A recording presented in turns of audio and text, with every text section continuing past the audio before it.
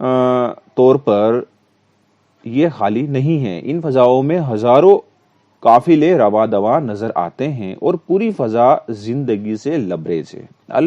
عزیز طلبا، آئیے اب اس کو بڑی غور و فکر سے سمجھنے کی کوشش کرتے ہیں کہ ستاروں سے آگے جہاں اور بھی ہیں، ابھی عشق کے امتحان اور بھی ہیں.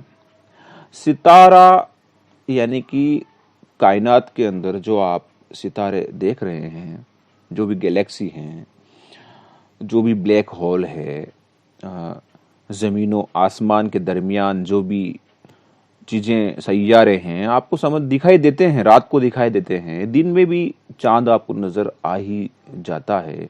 تو کیا آپ کو جو بھی دکھائی دے رہا ہے، کیا وہی دنیا ہے، وہی کائنات ہے، یا یہ چیزیں یہیں تک سمٹی ہوئی ہیں، یہیں تک محدود ہے؟ عزیز طلبا، دور حاضر کی سائنس نے جو ترقی کی ہے، اس نے ہمیں بہت چیزیں بتائی ہیں اور کہا ہے کہ ایک سے زیادہ آسمان ہیں، ایک سے زیادہ زمینیں ہو سکتی ہیں، ایک سے زیادہ سورج ہیں، اور اتنے سورج ہیں کہ ہمارے یہ جو سورج نظر آتا ہے وہ سورج بھی اس کے آگے محدود ہے. عزیز طلبا، علامہ اقبال یہی کہہ رہے ہیں کہ ستاروں سے آگے جہاں اور بھی ہیں. جس دنیا میں آپ رہ رہے ہو اور جس برہمانڈ میں، جس کائنات کو آپ دیکھ رہے ہو، تو آپ یہ نہ سمجھیں کہ یہی ہے، اس سے بھی آگے بہت کچھ ہے. دور حاضر میں جو ہمیں بتایا گیا ہے سائنس کی طور پر، جو ہم نے معلومات حاصل کی ہے، یہی نہیں ہے. آگے کہتے ہیں کہ ابھی عشق کے امتحان اور بھی ہیں. عشق، عزیز طلبا، بہت بڑا لفظ اور بہت آسان لفظ، یا بہت سادہ لفظ، یا بہت مشکل لفظ، کچھ بھی کہیے، عشق عشق ہے. عشق کی آگ میں جو جلتا ہے وہ کندن ہو کے رہتا ہے. عزیز طلبا، علامہ اقبال نے جو خودی کا فلسفہ دنیا کو دیا تھا، اس میں ایک شے عشق بھی ہے. عشق وہ سے ہے جس کو حاصل کر کے انسان مرد کامل بن سکتا ہے، اللہ کی ذات پاک سے مل سکتا ہے. عزیز طلبا، آپ نے پیار محبت کے لفظ سنے ہوں گے. کیا آپ نے کبھی عشق کے بارے میں سنا ہے؟ عزیز طلبا، عشق ایسا جذبہ ہے، جذبات ہے یا بھاونا ہے جو ہر انسان کے دل میں موجود ہے. کسی کسی کو عشق کے بارے میں اچھی طرح سے معلوم ہے، کوئی عشق کو صرف محبت اور پیار سے سمجھتا ہے. عزیز طلبا، آپ نے دو انسانوں کو آپس میں پیار کرتے ہوئے دیکھا ہوگا، یا آپ نے ہر طرح کی محبت دیکھی ہوگی. ملک کی محبت، ماں باپ سے محبت، زمین و آسمان سے محبت، پتھر سے محبت، دریاؤں سے محبت، خود سے محبت، اپنے رشتہ داروں سے محبت، اپنی کتابوں سے محبت، اپنی چیزوں سے محبت، پوری کائنات سے محبت، رب سے محبت، یعنی کہ ہر طرح کی محبت دیکھی ہوگی. لیکن عزیز طلبا، عشق جو لفظ ہے وہ ایک الگ طرح کا لفظ ہے. اس میں عشق ایک طرفہ ہو سکتا ہے، یعنی کہ مطلب اگر رب ہے تو رب آپ کو دکھائی دے نہیں رہا ہے، لیکن آپ کو بے انتہا عشق ہے اپنے رب سے. یا آپ جس سے محبت کرتے ہیں وہ آپ کے سامنے نہیں ہے، آپ کی عزت نہیں کرتا ہے، آپ کو سمجھتا نہیں، پھر بھی آپ عشق کرتے ہیں. تو عشق ایسی چیز ہے، ضروری نہیں ہے کہ دو آپس میں مل کے عشق کریں، ایک طرفہ بھی ہو سکتا ہے. اور علامہ اقبال یہی کہنا چاہتے ہیں کہ جو عشق ایک طرفہ ہوتا ہے وہی عشق عشق ہے، وہی پیار ہے، وہی محبت ہے اصل. اگر کوئی انسان کسی سے عشق کرتا ہے اور وہ اس کو حاصل نہیں ہو پاتا ہے اور اس سے وہ نفرت کرنے لگ جائے کہ یہ تو مجھے حاصل نہیں ہو رہا تو میں کیوں اس سے عشق کروں، نہیں، ایسا نہیں ہے. عشق اس کو نہیں کہتے ہیں. عشق وہ ہوتا ہے جو انسان یا جو چیز جو شے آپ کو حاصل نہیں ہو رہی ہے پھر بھی آپ اس سے محبت کرتے ہیں، یعنی کہ زندگی میں آپ کو کوئی دھوکہ دے لیکن پھر بھی آپ اس سے محبت کر رہے ہیں، کائنات آپ سے مخالف ہے یعنی مخالفت کرتی ہے، کائنات آپ کی وپریت جاتی ہے پھر بھی آپ کائنات سے محبت کرتے ہیں، کبھی بھی آپ کی زندگی میں اچھے کام نہیں ہوتے ہیں، کبھی آپ کے کام ہمیشہ بگڑتے ہیں، پھر بھی آپ کائنات سے محبت کرتے ہو، رب سے محبت کرتے ہو، آپ کے استاد آپ کو چلاتے ہیں تب بھی آپ اپنے استادوں سے، اپنے ماں باپ سے، سب سے محبت کرتے ہو۔ تو جو ایک طرفہ عشق میں طاقت ہے وہ طاقت ہے جو پتھر کو پگھلا سکتا ہے۔ اگر آپ کسی پتھر کی مورت سے عشق کریں تو وہ پتھر کی مورت بھی پگھل کر آپ کی آستہ بن جاتی ہے۔ عزیز طلبہ، اتنا لمبا نہیں کھینچوں گا اور یہی کہنا چاہتا ہوں کہ علامہ اقبال یہ کہنا چاہتے ہیں کہ ستاروں سے آگے جہاں اور بھی ہیں، ابھی عشق کے امتحان اور بھی ہیں۔ وہ سیدھے طور پر قوم اسلام اور قوم مسلمان اور انسانیت سے مخاطب ہیں کہ تم جو دنیا اور کائنات دیکھ رہے ہو یہی کائنات نہیں ہے، اور ابھی عشق کے دریا اور پار کرنے ہیں آپ کو۔ تو یہاں یہ ہے کہ قرآن پاک میں اللہ پاک نے بتایا ہے کہ 7 آسمان اور 7 زمینیں۔ آپ کو پتا ہونا چاہیے کہ اللہ تعالیٰ نے بولا ہے کہ 6 دن میں نے 7 آسمان اور اتنی ہی زمینوں کی تخلیق کی۔ تو مطلب جو زمین پہ اور جو آسمان ہم دیکھ رہے ہیں اس کے علاوہ بھی آسمان ہیں۔ اور شب